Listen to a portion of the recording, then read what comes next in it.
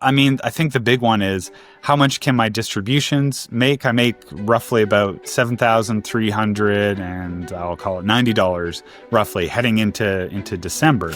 What's your wife's thoughts on this? Because you're going to be retiring early with 4 kids. And of course, you're going to tell her that you're leaving your six-figure job, single household income. So what's your wife's thoughts on this? Content is sponsored by Neos Investments, which is for educational and informational purposes only and not financial advice. Investors, welcome back a very special guest. We have Jordan, also known as Cover Call ETF Investing, on YouTube as well as on Blossom.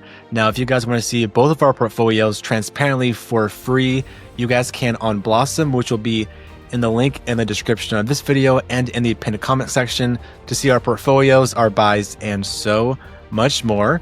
Now, Jordan has a very unique story and a very unique video that we're going to be making right now, because Jordan made a video about leaving his six-figure job for a chance at FIRE, which is called Financial Independence Retire Early, at the age of 36 years young, married with 4 kids, and living in an expensive city in Canada, as well as having a single income household, which was reliant on Jordan. I was like, all right, I got to get Jordan on the channel to talk about how he's going to be able to do this with a cover call ETF portfolio. So I'm going to throw it back to you, Jordan, and welcome back to the channel. Always happy to be here talking with you, Marcos, and especially for the audience here who are curious about cover call ETFs, the income investing strategy, whether you are someone who is experienced with it or you are fresh to the space and you want to learn more about lifestyle and how cover call ETFs can factor into that. So always happy to come on, Marcos, and chat with you. So when was the moment that you realized that you wanted to pursue FIRE and leave your $100,000 plus salary job? Well, ironically, Marcos, we did an interview for your channel, I want to say, whatever that was, 5 or 6 months ago. And at the time I had said, and it's right at the top of that video, and it was in my Blossom description, it was FIRE by 45. That was my goal. And looking at the trajectory of where my income would be, the portfolio size, the contributions, and all of these culminating in leaving my 9 to 5 at 45. I'm happy where I am. I actually really enjoy what I do. I work with some really amazing people in the trades, blue collar workers. It's been a fantastic environment building ships for the Canadian Coast Guard and Navy. That's what I like to do, but what we're doing here, this is what I'm passionate about doing and sharing that knowledge. Basically, what had happened was it was just before I went on vacation in I want to say that would have been late July, and my wife she had shared with me that we found out that she's pregnant with our fourth child, and we're getting a baby girl for the first time. So I got 3 boys, first daughter, which I'm so thrilled about. And it was really that kind of set into motion the FIRE opportunity. And so instead of like FIRE at 45, it's kind of looking like FIRE at 35. Well, I guess 36 at this point. I'll be 36 in December. I started thinking, if I changed a few things in my portfolio by the time my daughter's born, here in Canada, we have some unreal maternity paternity laws in place. So I have about roughly 18 months of job protection while I live this sort of FIRE experiment lifestyle. And in that period of time, I hope to, basically take the time that I would have used for work and commuting. I spend I kid you not, 15 hours from Monday to Friday just in traffic alone, almost a whole day. And this time can be better served elsewhere, serving people. I mean, that's ultimately one of my greatest fulfillments in sharing this kind of this knowledge with people, is just serving people, because I want people to maybe see things who I was like at one time, and open their eyes up to just what's possible with finance. But started to put a plan in place to sort of up my income by the time March comes around, when my daughter is born. And then just, hey, go from there. So the main motivation was just spending time with family. It wasn't like you're getting laid off from your job? Because I've noticed some FIRE people would get laid off from their job and then they're forced to live FIRE with, let's say, 400, $500,000 portfolio Mm. with cover calls. So for you, Yeah. it's more of a chance to spend time with your kids and your family. It is. That is a big one. I mean, when especially as a single income household, and I'm sure there's many parents out there watching this. I mean, I think we all want to spend more time with our kids. We want to be able to influence their lives in some pretty meaningful, impacting ways. But I mean, after an early start to the morning, you do your 9 to 5. You're in traffic. You get home. There's not much left in the tank for just the consistent output. You're gonna burn yourself out, especially if you're trying to, make a side hustle work or some other kind of business work. And so this was an opportunity that allows me to have job protection in the backdrop. It allows me to focus on, which I think is another important mission that I'll be doing here, which is training my kids. They already have some good financial exposure, but this will allow me to really kind of dig deeper into getting them more up to speed with finances at an early age. I have a 9-year-old, a 7-year-old, and a 3-year-old. So ideally, one of the things I do when I'm off is actually to make some products and services around teaching kids about finance. That's something I'm very passionate about, especially in a world where AI is dominating the headlines. And job prospects for the next generation, even this generation, the companies are cutting left, right, and center. So we need to get them up to speed. So it's important that we train ourselves, no matter who you are, but especially as a parent, train yourself about finance and then impart it to them so that they have a better leg up. It's great to contribute to their various registered accounts, but we need to teach them how to wield money so that they have the knowledge that they can also pass on, and so that they can explore trends and opportunities into the future. Opportunities will always exist. And I think when you finally get into the space, in the head space of finance, you have the convictions to believe that truly anything is possible. And that's something I didn't really have before finance, but I do now. What's your wife's thoughts on this? Because you're going to be retiring early with 4 kids. And of course, you're going to tell her that you're leaving your 6-figure job, single household income. So what's your wife's thoughts on this? And does she understand what you're going to be doing with a cover call portfolio, which you tell that to somebody and they're like, I have no clue what you're talking about? She often scrolls through Instagram and she'll like show me like something that's very relevant to maybe our kids, our marriage. And like one of them in particular is she'll show me like some video of like a husband explaining finance to the wife, and you'll see the like equations, and the wife doesn't like really care about that. It's very lofty. So I mean, she trusts me, and she's been very supportive ever since the beginning. I think we might have had one brief conversation on my first trade that I ever made, or my first buy I ever made, which was like, I think $300 I put into an ETF like way back in 2020, October of 2020. And then after that, she just kind of leaves me be with it.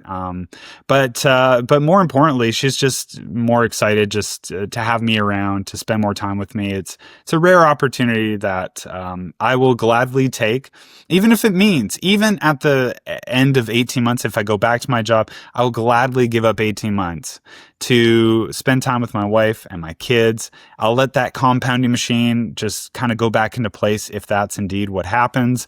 If it's not fired by 45, maybe it's fired by 46, 47. But I think it'll be, regardless, I think it'll be a lot sooner than that. Fired by 36 is more of a surprise, but we're adaptive individuals. So I'll figure out a way to make it happen. Why do you think that so many younger investors and even older investors are buying cover call ETF products? Do you think it's like financial instability, the cost of things going up in inflation, or just people being afraid of losing their job and wanting another stream of passive income? What I'm about to say also, it applies to much more than just cover call ETFs.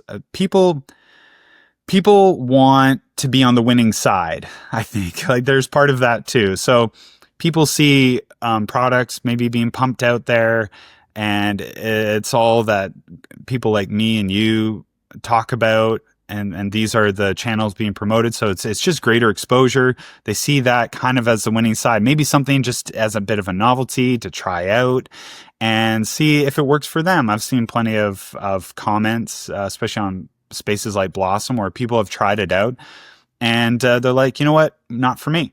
And that's fine. I mean, I think investing is such a personal journey. As much as you can follow someone, you should never copy anybody, because guaranteed you'll be disappointed by that person eventually, by when they buy something new or they sell something else. It's just, you really got to find a spot where and be comfortable with the convictions in what you're invested in. But I think, yeah, I mean, people see investing for income as, I think there's a great psychological barrier that they're overcoming. Typically throughout history, if you've been a growth investor, and there's absolutely nothing wrong with that, you are especially reliant on, once again, you're going to be contributing to that pot. Where are you getting that income from? Typically, that's your job. So it's a continual contribution into that big pot so that that nest egg can grow. And then when you retire, you can benefit from it. So yes, that's how things have traditionally been. Yes, in an era of sovereign debt crises and geopolitics, issues, inflation, unemployment, and interest rates hikes. I know we're in a lowering cycle at the moment, but these are all culminating where investors are kind of leaning more towards active management to get them through the choppy waters. And I've come to realize that, yeah, even for myself, that's actually a place I really like being in. We're not in the 2010s anymore, where it's just this sort of continual grind in the green upwards with very little choppiness to it. So I think people just see, I think, a little bit more instability in the world, maybe more pessimism. This is where cover calls can kind of help out. They allow you to diversify your total return into two buckets of price performance and then getting some on the income side as well. So even in times like we're seeing right now, income investors are still winning from that income generated sometimes weekly, sometimes monthly. And I think that is, I think that's keeping investors in this space invested, a little bit more level-headed. I'm not saying across the board.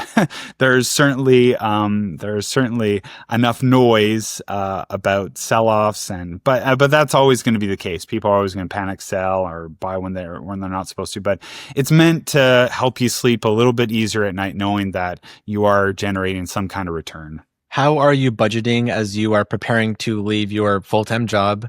And is budgeting like super crucial for people who want to achieve FIRE? Oh, yes, absolutely it is.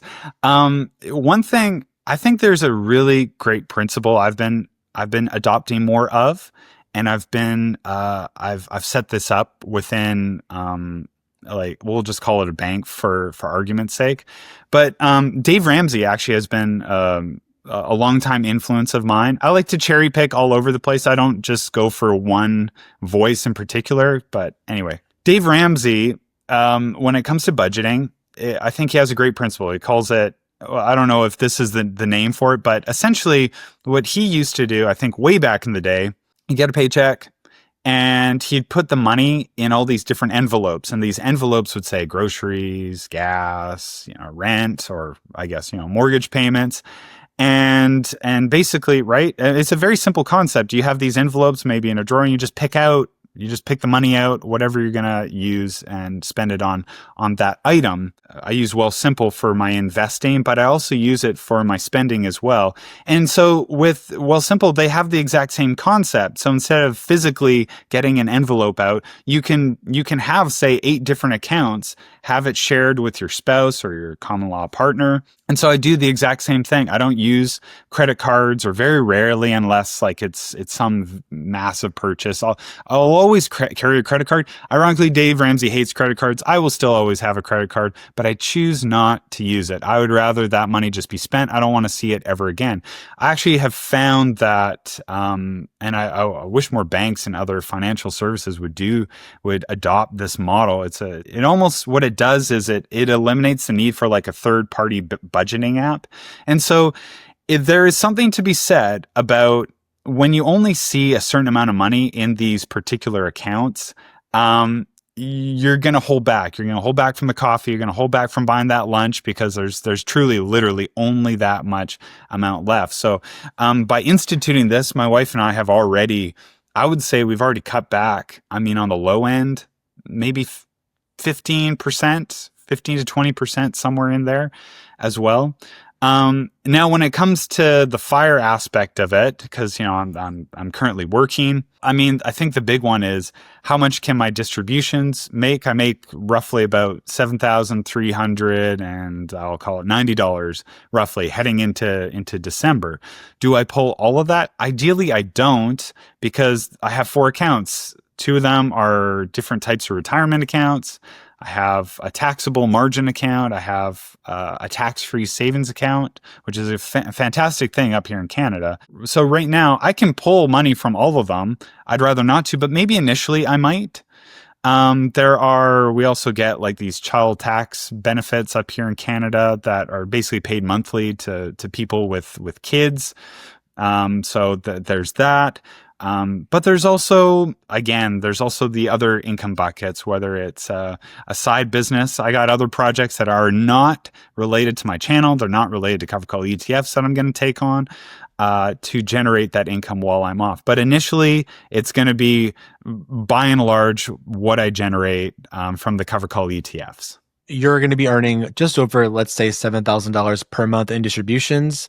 Will you sell any shares of your portfolio to generate additional income if, let's say, you just needed it? Yeah, actually, you know what? That's another point I forgot to make, Marcos.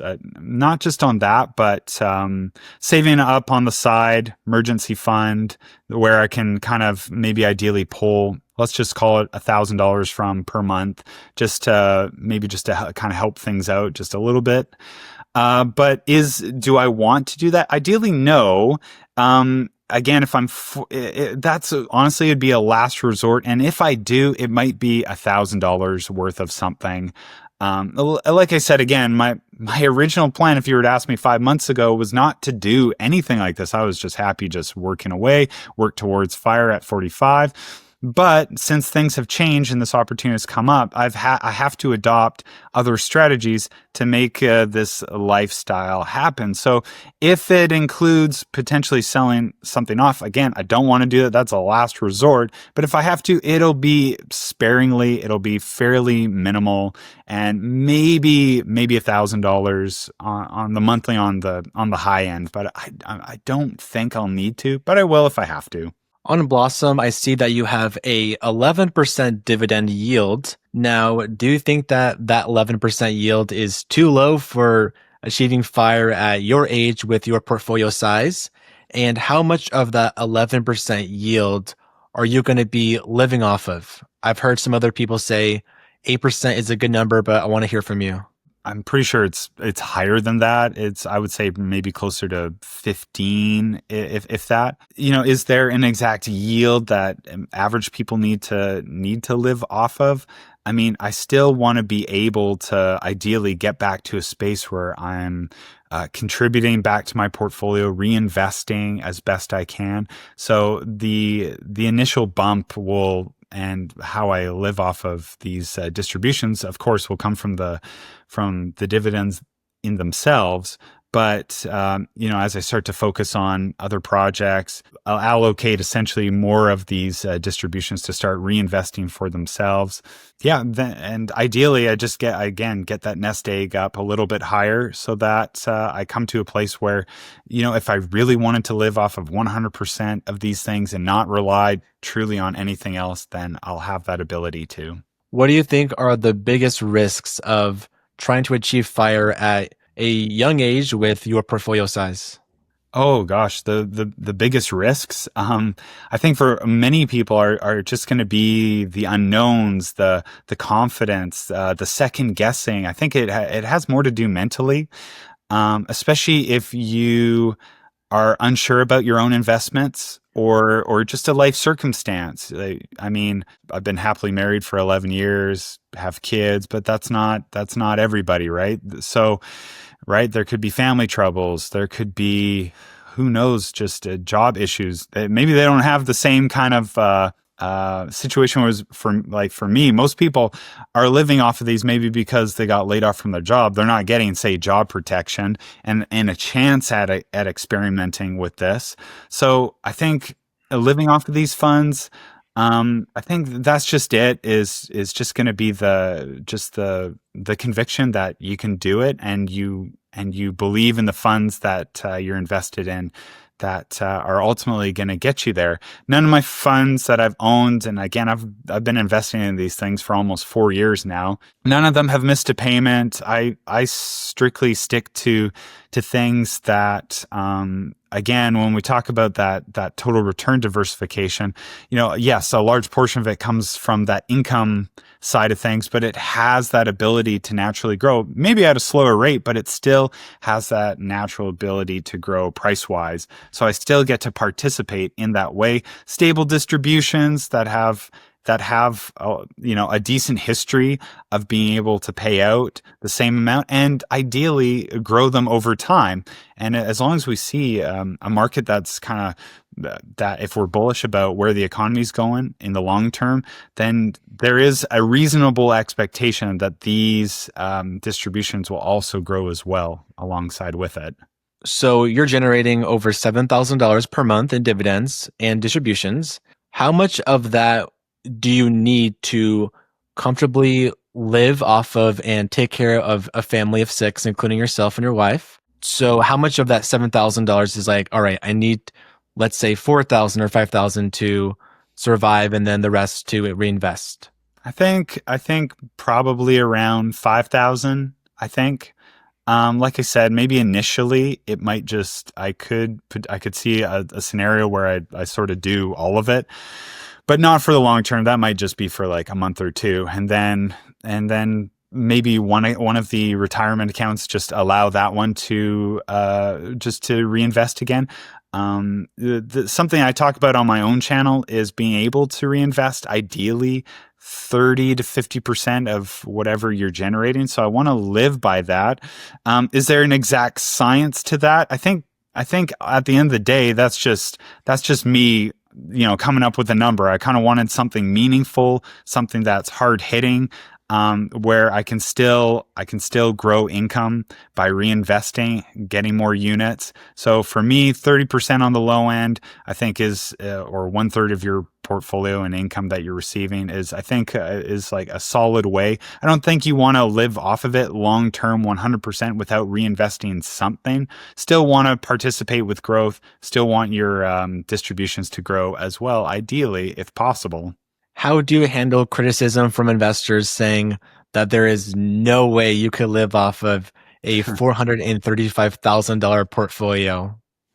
Yeah, I saw those. I got a lot of comments from that video that were, I would say a lot of naysayers. There's no way you can do that. And all I can say to them is just subscribe and watch how the story unfolds, and then you'll see for yourselves. I mean, I think channels like mine and others that are living or that are using these products, I think are some of the best long form case studies as to what's going on with this whole cover call ETF space. Data is important. We need data to drive expectations, make decisions. But I think some of the best data out there is the stuff where, we can be adaptive as individuals and share our portfolios to show this is what it actually looks like. These are how we're putting all these funds together, and that's what you get from the trained in the wild retail investors, is just by experimenting and getting experience. And I think that bodes so much for the real world, is that, right, you're going to go to school, go to university, but the journey doesn't end there. I think most people who are older that have been to university or college, it's like, where do you learn the most? You learn it the most in the field. You're not at the height of your knowledge in university or college. You're at the height of your knowledge once you're actually in the field. You're faced with real world scenarios, real world anxieties, stresses, hopes, dreams, and that's what is going to be predicated on in this in this experiment. But as far as people who do not think they can live off of it, I mean, a good friend of for us, Todd Akins, right? He's talked about the fact that he's lived off of $50,000 portfolio. Granted, it's just him and his son, but he's gotten as low as that. So, 4 kids, rent, everything else. I just think it's just about, once again, managing risks. You got to be conscious of how you're spending. And at the end of the day, I mean, you're going to see firsthand whether that's possible or not. I'll keep talking about it on a personal level. I got to say, I'm not sweating bullets over this. I've been investing in these things for a while. I've been thinking about these things, a scenario like this, for a long time. So, honestly, I'm not really worried at all. And I don't think I show that I'm worried at all when it comes to this. I think I'll be more than okay. What makes you not worried about it at all? Just no stress, no job, well, eventually, and then just living off your portfolio. Is it your experience? Is it because you're investing in, I would say, quality, like index-based cover call ETFs? We're not investing in, I know you don't do like single stock cover call funds. You have like a broad diversified basket of ETFs. So what are the main reasons of why you're not going to be stressed about it and you're going to be happy, and I guess knowing that you're going to be okay? I think it all comes back to really knowing yourself as an investor and the products that you're invested in. So, Marcos, I'll just maybe briefly explain how I'm invested. I'm not going to get into each and every single fund. I'll kind of just do a sort of easy top level way of explaining how I'm capturing growth, how I'm still getting really attractive income at the same time. So I look at my portfolio and I break it down into sort of these 3 quadrants. Maybe think of it like a pie chart. In the first quadrant is what I consider high yield, high growth potential. So these are funds that they invest in, let's call it the Mag 7 names, the FANGMA stocks. These are the businesses that are driving the S&P 500 returns. So in this quadrant, I don't care for the laggards that are slowing down the S&P 500's performance, because there are plenty of funds. If you took these names out of the S&P 500, we'd be in like a recession or something, right? There'd be minimal growth. So, and also too, it's just also recognizing that there's more, these businesses are so big at this point. They're buying up all the little guys. It seems to me that there's going to be less changeover at the top going forward. And there has been for really the last 20 years or so. All right. Nvidia's newer to the top end of things, right? And Tesla to some degree. So it's just recognizing that there's probably going to be businesses that don't really change at the top. So when it comes to, it's just capture those names in a concentrated format to capture higher price participation and attractive yields, in the, let's call it the 25% range. And these funds have proven, at least on the Canadian side of things, they can grow. It goes both ways. So investors got to understand that it has some leverage, 25%, 33%. They got to understand you're going to get these swings and high swings in both directions. But capturing higher yield, higher growth potential there. Then there's the second quadrant, which is, I call it, oh, by the way, the first quadrant, American focused, big American businesses. That's where that first quadrant is. Then the next quadrant is also, again, American focused, but this is what I would call the middle of the road. This is like indexes, proxy indexes, ETF products that are spanning across the American economy or North American economy, more or less. And I'm trying to capture everything, steady eddy growth, everything in the S&P 500, everything in the NASDAQ, ideally. So there's nothing much really to explain there, but these yields will be kind of more in the, let's call it the 13% range.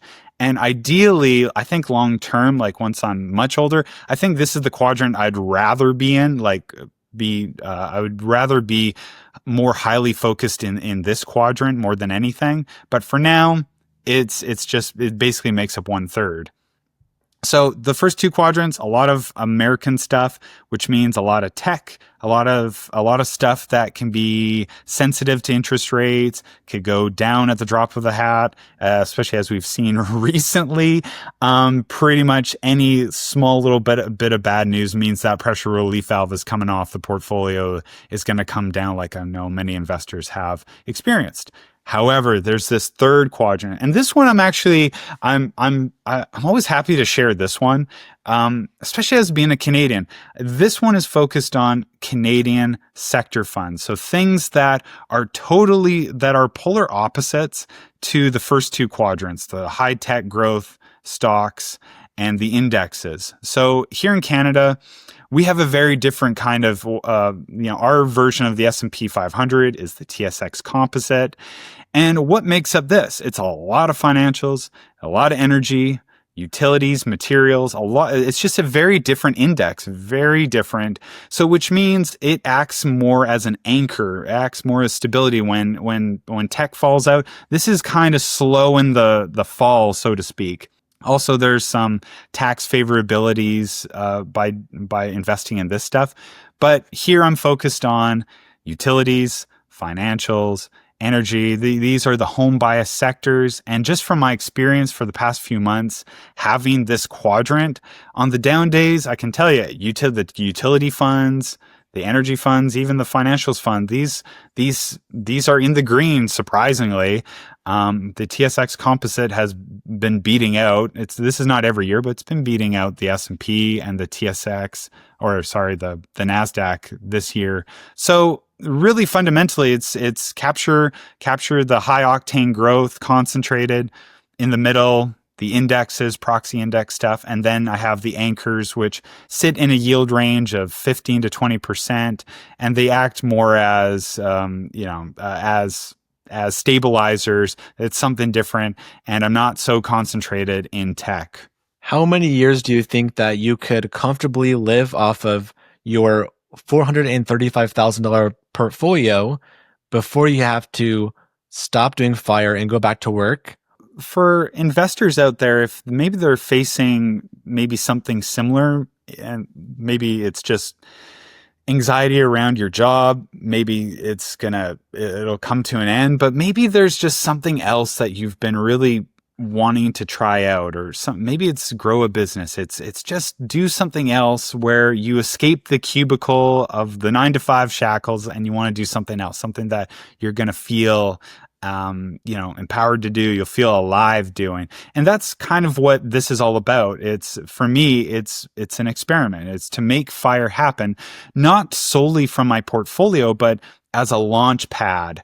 So that I can grow again a business, whether it's, say here on YouTube or other products and services that are kind of just outside of the realm of YouTube. So for me, that's what it's really supporting. It's meant to support this experiment to grow these other sources of income. It's not for me to just, lie back, kick my feet up and live off the portfolio. I'm too young for that. I still got more years ahead of me than behind me. So that's how I see it. It really is, boots on the ground. I gotta stay focused, gotta stay hungry. And, no, for me, the journey really is just beginning. I know I was mentioning this analogy to you, before we started talking, Marcos, but it does feel like to me that I'm waiting for this next life to start. I'm only 4 months away. It's like I'm running a marathon and I'm about to hand off a baton to, my future self here to run this new leg of the race. But is it just meant to, fully, just live off of 100%? No, it's meant to be a core part. But yeah, ideally, I'd like to, again, get reinvesting as soon as humanly possible. So that's going to drive the hunger, is to get investing back again. But for a chance at FIRE, to potentially walk away from my job full time, I got a good job, and my security in it would be locked into place for the next 20, 30 years. But the sharing what I know about finance with others to get people to where I used to be and help them see the possibilities. That's way more rewarding, and hopefully my content can help out in that way. I would have never thought that you would have used margin.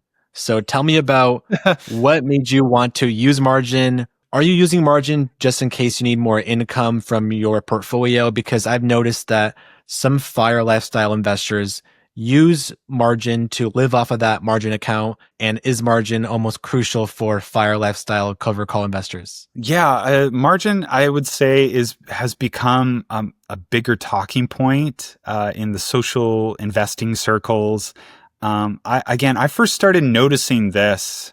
Oh man, probably 6 months ago, at least here in Canada.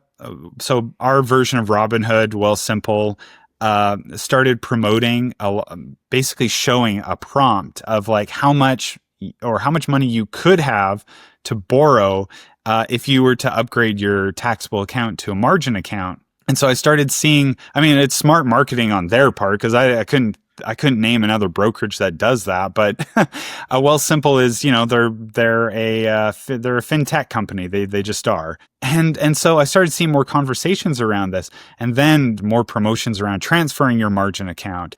If you deposited X number of dollars into a brand new margin account, they might throw in a couple extra $1,000 or something along the lines there. So there was this push, and so people started talking about this more, and I could see people investing more with margin. Now, I got to say, from the time I started investing until just a few months ago, I was not personally interested in margin. I couldn't give you one opinion one way or the other. I didn't really have much skin in the game with margin. I didn't really care about it.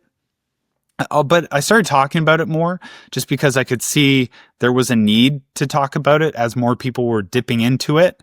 And I thought that, especially for the income investor, they should, at least if they're going to do it, maybe put some guardrails in place. It wasn't until, once again, that I got the news of, having a daughter and trying to figure out what a FIRE experiment might look like, where I started looking at what I was making. Because again, one of our last interviews, I was making about, or projected to make about $5,000 a month. So thinking of this whole FIRE experiment, I knew I needed to up the income on my own end. So there's two ways you can do that, which I ultimately undertook. And again, this wasn't originally what I'd probably be making like $5,300 a month or $5,500 a month at this point if I had not made these changes to get me closer to this FIRE experiment. So the first one was concentrating down to get more yield. And so that's what I did. I allocated a bigger portion of my portfolio into concentrated funds with higher yields in the mid 20 range, higher to 30% range. And then the other one was to borrow, to use margin, to borrow. And again, wasn't interested in it, but I looked at what could I possibly use margin for. Whatever I use it for, I don't want to jump in and sell. Like, I want to keep it for the long haul. Really no interest in paying it off in the next, let's call it the next 3 to 5 years. Just have it as a way of, once again, generating more income. So I looked at my portfolio and I figured, you know what, let's up the size of the Canadian sector funds.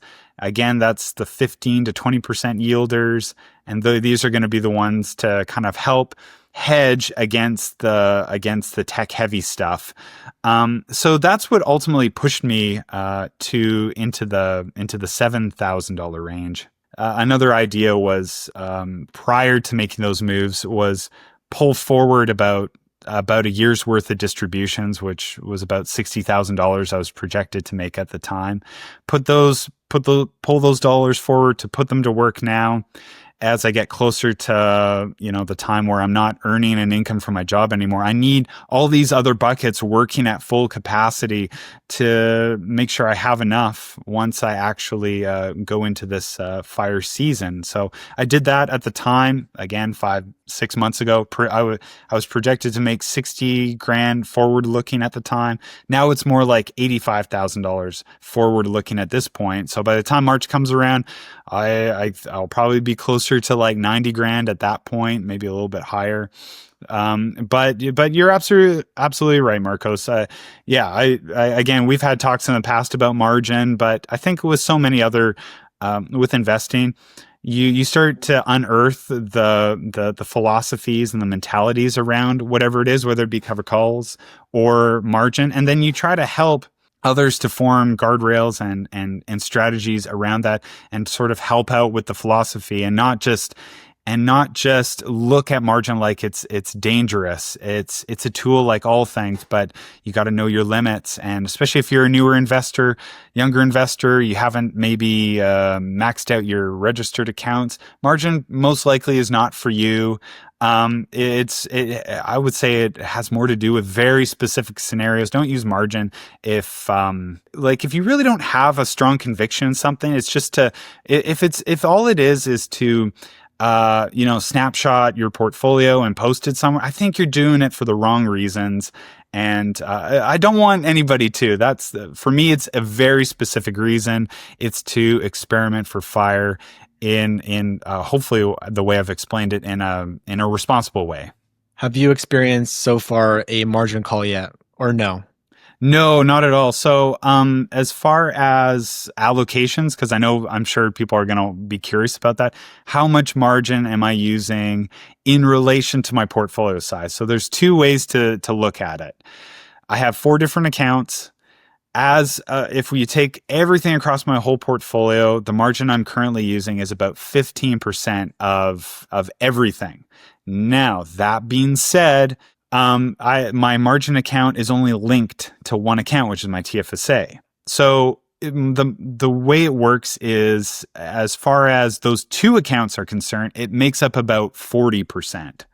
But I needed to go a little bit farther to, again, make this whole FIRE lifestyle work. But it's been good to actually show how I'm using margin, especially nowadays, Marcos, as you know, people are having trouble affording homes. The average age of the first time home buyer is now 38, which is like, that's crazy.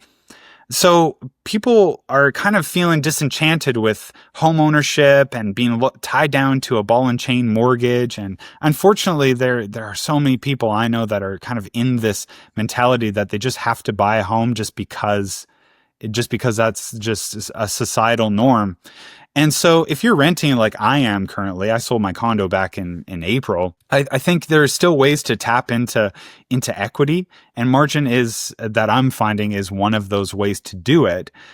So whereas a bank might approve you for a high mortgage that's based off of, say, let's call it 5 times your income or 6 times your income, at least with margin, it doesn't do that. The internal rules and regulations do not allow you to borrow more than a certain it's usually just a percentage of your portfolio.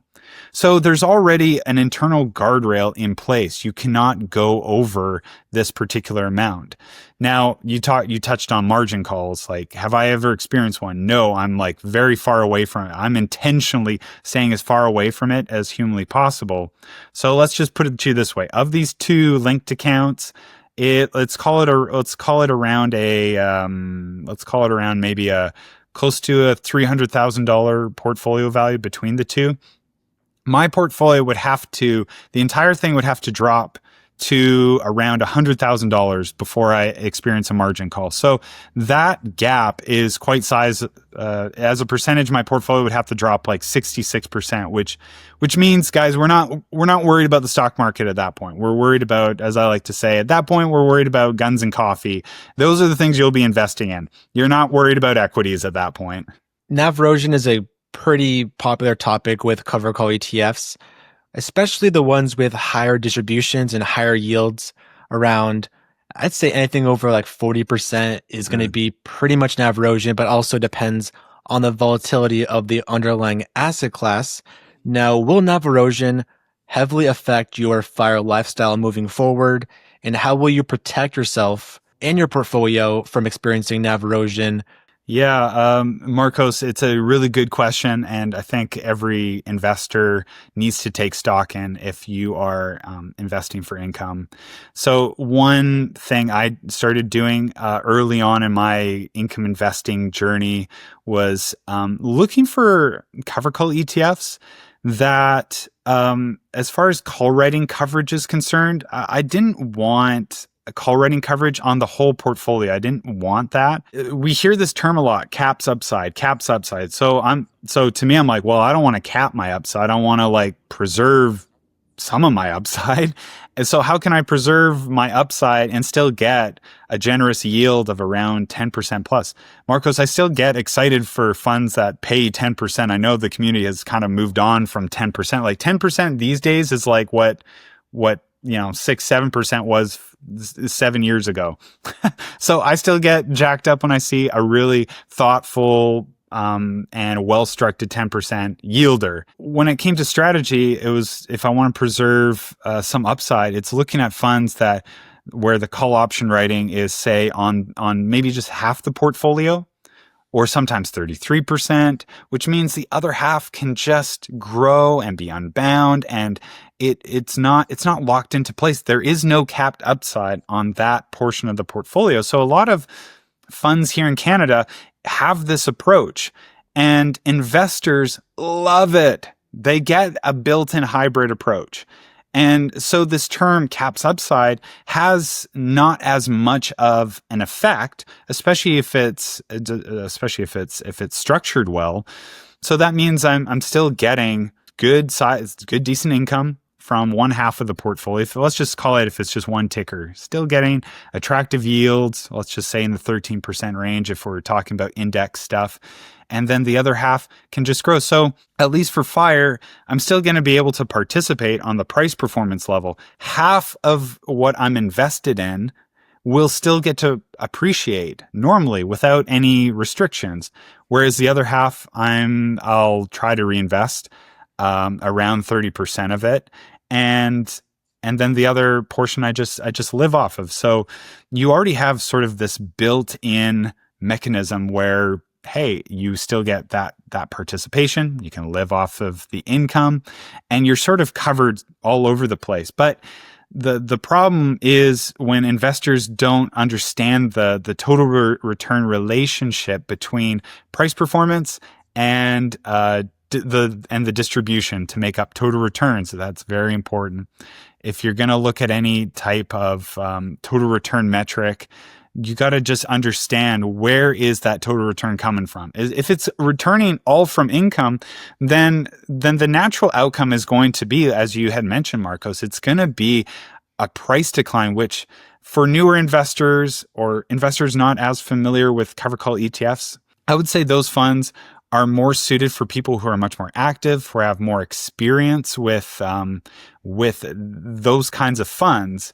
But if you just want to buy and hold and you just kind of want to ride the wave of participating in an index, I just don't think the psychology of those funds are going to be best suited for the average investor.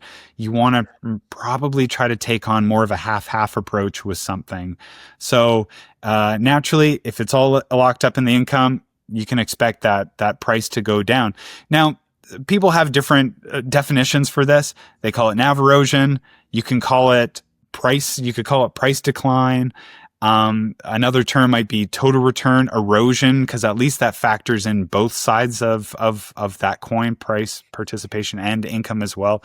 But for what most people are really referring to when they talk about NAV erosion is price erosion in the fund. That's that's where their minds are really locked into. And so once again, if it's all coming from income, it's you can for the most part bet that price decline is going to follow suit over time, and naturally the community gets into gets a bit grumpy when they see that kind of thing. If there is a stock market pullback or a major stock market crash, how will you reevaluate your decision to pursue FIRE, because you might see your income and your portfolio value drop? So will you not live FIRE if that happens, or will you just continue to pursue FIRE?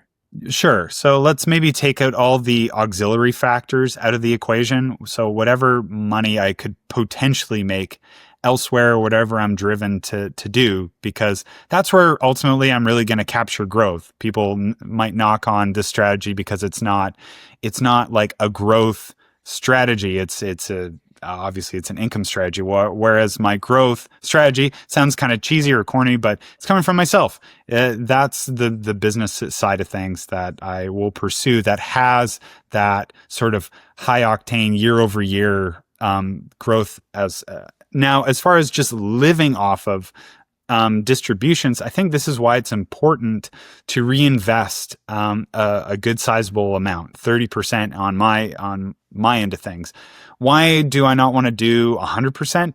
You're going to get used to living off of that 100%. So if a major stock market crash happens, or some serious pullback and it's long term, you can expect distributions to kind of follow suit to some degree. Like if the market drops 30%, I wouldn't say expect your income to drop 30%. That's not really how it works, because you're incorporating volatility into that equation.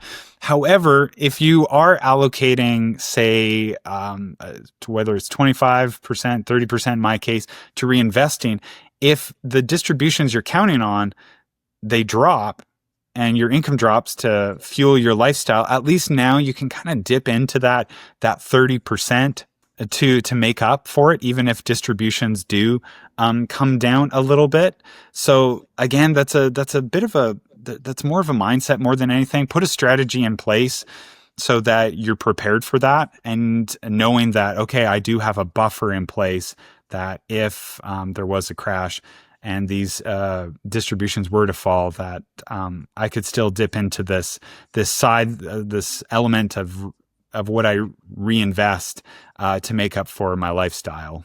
Are you going to be living more frugally because you're going to be losing that six-figure income? So I'm assuming you probably live a normal, not normal, but let's say like a logical financial mind of living, right? Like you're not taking out debt or you're not living above your means, right? So are you going to be living more frugally with less than losing that $100,000 salary to pursue fire? You know what, Marcos? I don't think so. I think my wife and I, we already, I wouldn't say we're intentionally frugal. Honestly, we're just not interested in buying stuff. Like things do not interest us. I can't even remember the last time I shopped for myself. Like I just don't care. What I care about more than anything, and it's like an obsession, especially once you get into finance, and you kind of start to see how the rich people of the world, that door sort of cracks open. You start to see, oh, that's how they do it. Well, wait a minute. Like I can do that too. I just do it on a smaller level, but there's lots of free information out there. But it's just more of an obsession with buying back my own time. That's ultimately what I care about by far. Like I drive a 2008 Ford Fusion. A truck just like a semi just like sideswiped me the other day on a bridge. There's a big hole in it, and it runs great, and like yeah, it's got a hole in the side of it, but like I'm still driving that thing. I'm like, this thing is still good to go. so, so I'm not even interested in driving a new car. A family vehicle. We have like a 2020 used. We bought like super cheap a couple months ago, and again, another car accident. My wife was driving, someone rear-ended her, and we had to replace a vehicle anyway. But we ended up getting a 2020 Mazda CX-9, great for the family.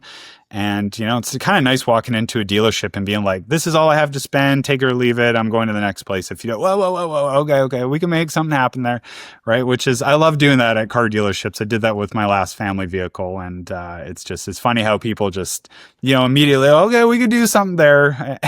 So living frugally, yeah. I mean, we don't spend much on items. I think that maybe the only place where we like to do is, we'll order in pizzas, things like that, family nights. So it's more like maybe the takeout stuff, I would say, is Slightly more on the I would say that if there was anything that we more or less prioritize, that's like where the fun money goes, is just like eating out as a family. When it comes to family, I'll be like, all right, everybody, let's get together. Let's have like a chicken night or something. We'll order from like Popeyes or something, and we get together. So I would say it's just more that it's already sort of naturally baked into our the way we live. So it's not really going to be much of a stretch. I'm not going to be driving round trip 105 kilometers to work every day. So, I mean, I'm going to naturally save on gas, maybe a little bit on insurance. And then, yeah, maybe some entertainment as well. I kind of cut back, but I'll naturally cut back regardless. Tell me your long-term investing goals and some words of wisdom for investors who might be interested in pursuing FIRE when they're ready for it, that you are doing right now. Yeah, I mean, whether you are interested in income from the beginning, or you are a value investor, a growth investor, dividend investor, especially as time has gone on and trying to craft philosophies and mentalities around this kind of strategy, what I've come to understand more, especially as for myself and being able to communicate that to others, is it's a strategy that I see it as like a stepping stone. It's not the be all end all, but it is a strategy that maybe for some people out there, they're like, you know what? I'm going to work for 10 to 15 years. I'm just going to pound the pavement.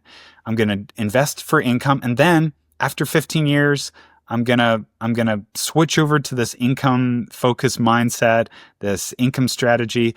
And that's going to be what pays the bills while I go pursue this other stuff in whatever that may be. And that's exactly what I'm doing. Again, when I got into the strategy, I can't say that I had like that wasn't the plan. But as time has gone on and evolved, well, that's what it is now turning into. It's a stepping stone. It makes up a large portion of how I'm going to be living, but it's going to allow me to do the very thing that everybody wants to do, which is pursue your own dreams, your own aspirations, your own projects, whether that be hobbies or businesses, side hustles, whatever.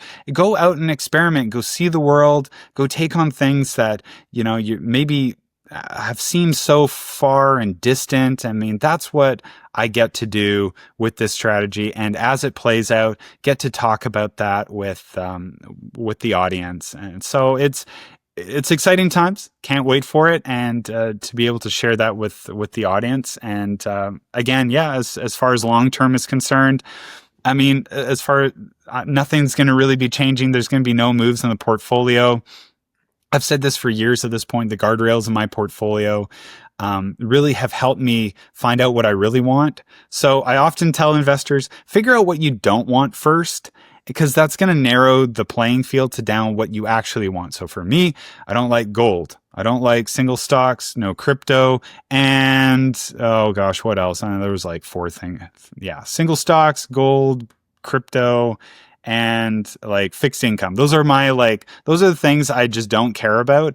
It's not really I hate them or anything. It's just like I just don't care. So that's really it's really kept me focused on just equities.